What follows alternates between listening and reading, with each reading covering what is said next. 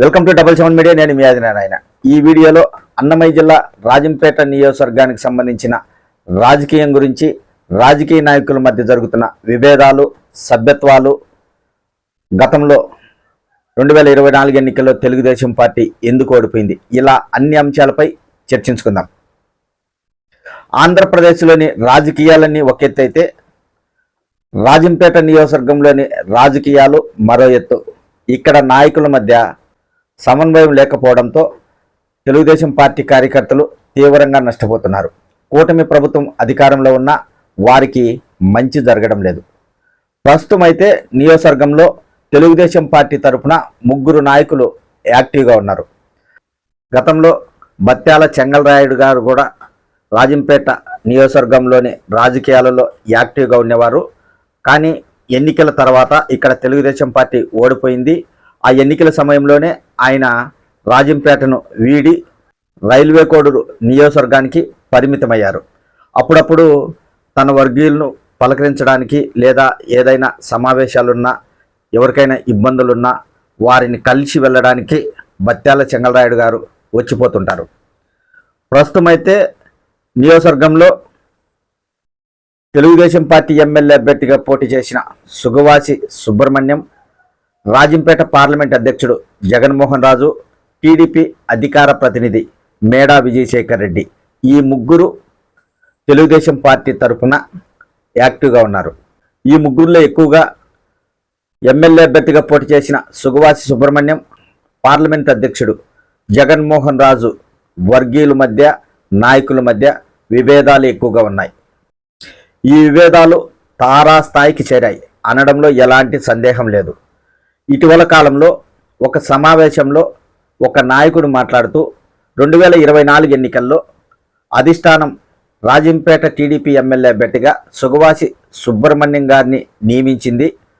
ఆ ఎన్నికల్లో ఆయన్ను గెలిపించడానికి మేము కష్టపడి పనిచేశాము, కానీ పార్టీ ఓడిపోవడం బాధాకరమని చెప్పారు.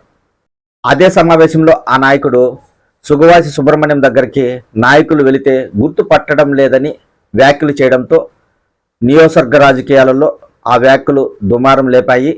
సుబ్రహ్మణ్యం వర్గీయులు ఆవేదన వ్యక్తం చేసే పరిస్థితుల్లో నెలకొన్నాయి. కొంతమంది నాయకులు ఇలాంటి వ్యాఖ్యలు చేయడం వలన నాయకుల మధ్య వర్గభేదాలు పెరిగిపోతున్నాయి కానీ తగ్గడం లేదు. నాయకులు ఈ విషయాన్ని గుర్తించడం లేదు. ఇదొక ఎత్తు అయితే, అధిష్టానం ఆదేశాల మేరకు రాజంపేట నియోజకవర్గంలో తెలుగుదేశం పార్టీ తరఫున సభ్యత్వ నమోదు కార్యక్రమాలు చేపట్టారు. 3 నాయకులు కష్టపడి దాదాపు నియోజకవర్గంలో 1,00,000 మంది చేత తెలుగుదేశం పార్టీ కోసం సభ్యత్వం నమోదు చేయించారు. రాష్ట్రంలోనే రాజంపేట నెంబర్ 1గా నిలిచిందంటే ఈ 3 నాయకులు ఎంత కష్టపడి సభ్యత్వ నమోదు కార్యక్రమాలు చేయించారో చెప్పవచ్చు. నాయకులు ఎంతో కష్టపడితే కానీ నియోజకవర్గంలో 1,00,000 సభ్యత్వాలు నమోదయ్యాయి. సభ్యత్వ నమోదు కార్యక్రమంలో నాయకులు కష్టపడ్డారు, వారు వర్గీయులు కష్టపడ్డారు.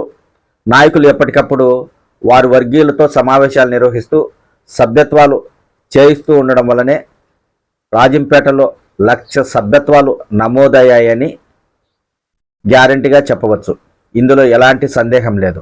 సభ్యత్వ నమోదు కార్యక్రమానికి సంబంధించి ఏ నాయకునికి క్రెడిట్ పోతుందో వారికి వారే నిర్ణయించుకోవాల్సిన పరిస్థితి. ఇది ఒక ఎత్తు అయితే, మరో అంశం తెరపైకి వచ్చింది. అదేంటంటే రాజంపేటలో 1,00,000 సభ్యత్వాలు నమోదు కావడం హర్షణీయం. ఇది నాయకులు చాలా కష్టపడ్డారని తెలుగుదేశం పార్టీ సానుభూతి పరులు, కార్యకర్తలు కూడా ఒప్పుకుంటున్నారు. ఇక్కడే ఒక ప్రశ్న లేవనెత్తారు కొంతమంది తెలుగుదేశం పార్టీ కార్యకర్తలు. ఈ విషయాన్ని సోషల్ మీడియా ద్వారా కూడా అడగడం జరిగింది. రాజంపేటలో 1,00,000 సభ్యత్వాలు చేయించిన నాయకులు ఇదే విధంగా 2024 ఎన్నికల్లో కష్టపడి ఉంటే టీడీపీ ఎమ్మెల్యే అభ్యర్థి సుగవాసి సుబ్రహ్మణ్యం గెలిచేవారు. అప్పుడు నాయకులు ఎందుకు కష్టపడలేదని కొంతమంది తెలుగుదేశం పార్టీ కార్యకర్తలు సోషల్ మీడియా ద్వారా నాయకులను ప్రశ్నించే పరిస్థితి నెలకొంది. రాజంపేటలో 1,00,000 సభ్యత్వాలు నమోదయ్యాయి కాబట్టి ఈ ప్రశ్న రావడం అనేది సర్వసాధారణం. ఖచ్చితంగా ఈ ప్రశ్న వస్తుంది. ఈ ప్రశ్నకు నాయకులే సమాధానం చెప్పుకోవాలి. 2024 ఎన్నికలకు సంబంధించి ఒకసారి ఏ పార్టీకి ఎన్ని ఓట్లు పడ్డాయో ఒకసారి తెలుసుకుందాం. వైఎస్ఆర్ కాంగ్రెస్ పార్టీ తరఫున ఎమ్మెల్యే అభ్యర్థిగా పోటీ చేసిన ఆకేపాటి అమర్నాథ్ రెడ్డికి 92,609 ఓట్లు పోలయ్యాయి. తెలుగుదేశం పార్టీ తరఫున పోటీ చేసిన సుగవాసి సుబ్రహ్మణ్యంకు 85,593 ఓట్లు పోలయ్యాయి. వీళ్ళిద్దరి మధ్య తేడా వచ్చి 7,016 ఓట్లు మాత్రమే. అంటే తక్కువ ఓట్లతోనే తెలుగుదేశం పార్టీ అభ్యర్థి ఓడిపోవడం జరిగింది. రాజంపేటలో 1,00,000 సభ్యత్వాలు నమోదయ్యాయంటే వీరంతా తెలుగుదేశం పార్టీ కార్యకర్తలే అని అర్థమవుతుంది. అంటే 2024 ఎన్నికల్లో ఈ ఓటర్లంతా ఎక్కడికి వెళ్ళారు, ఎందుకు ఓట్లు వేయలేదు అంటే 2024 ఎన్నికల్లో పార్టీ గెలుపు కోసం అందరూ నాయకులు కలిసికట్టుగా పనిచేయలేదని ఇక్కడ బయటపడిందని కొంతమంది తెలుగుదేశం పార్టీ కార్యకర్తలు వారికి వారే చర్చించుకుంటున్నారు. సభ్యత్వ నమోదు కార్యక్రమంలో కష్టపడిన నాయకులు ఎన్నికల్లో ఎందుకు కష్టపడలేకపోయారు? ఇదే విధంగా అందరూ కలిసి ప్రజల్లోకి వెళ్ళి ఉంటే పార్టీ గెలిచి ఉండేది కదా అని కార్యకర్తలు అంటున్నారు. ఇప్పుడు రాజంపేట నియోజకవర్గంలో తెలుగుదేశం పార్టీకి 1,00,000 సభ్యత్వాలు నమోదయ్యాయని నాయకులు సంతోషపడాలా, లేదా ఈ 1,00,000 ఓట్లు 2024 ఎన్నికల్లో తెలుగుదేశం పార్టీకి పడి ఉంటే ఎమ్మెల్యే అభ్యర్థిగా సుగవాసి సుబ్రహ్మణ్యం గెలిచుండేవారు అని బాధపడ్డాలా? నాయకులకు అర్థం కాని పరిస్థితి. సభ్యత్వాలు నమోదు కావడం సంతోషం, కానీ ఇక్కడ ఓడిపోవడం కూడా బాధాకరం.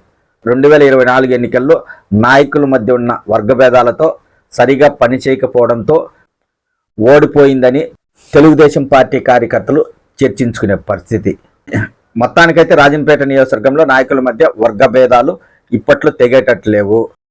అధిష్టానం రాజంపేట నియోజకవర్గం ఇన్ఛార్జిని అధికారికంగా ప్రకటిస్తే అప్పుడైనా కొంతవరకైనా నాయకుల మధ్య విభేదాలు, వర్గభేదాలు తగ్గే అవకాశం ఉంటుందని తెలుగుదేశం పార్టీ కార్యకర్తలు చర్చించుకుంటున్నారు. 1,00,000 సభ్యత్వాలు అయ్యాయని సంతోషపడాలా, 2024 ఎన్నికల్లో తెలుగుదేశం పార్టీ ఓడిపోయిందని బాధపడాలా అనేది నాయకులే చర్చించుకోవాలి.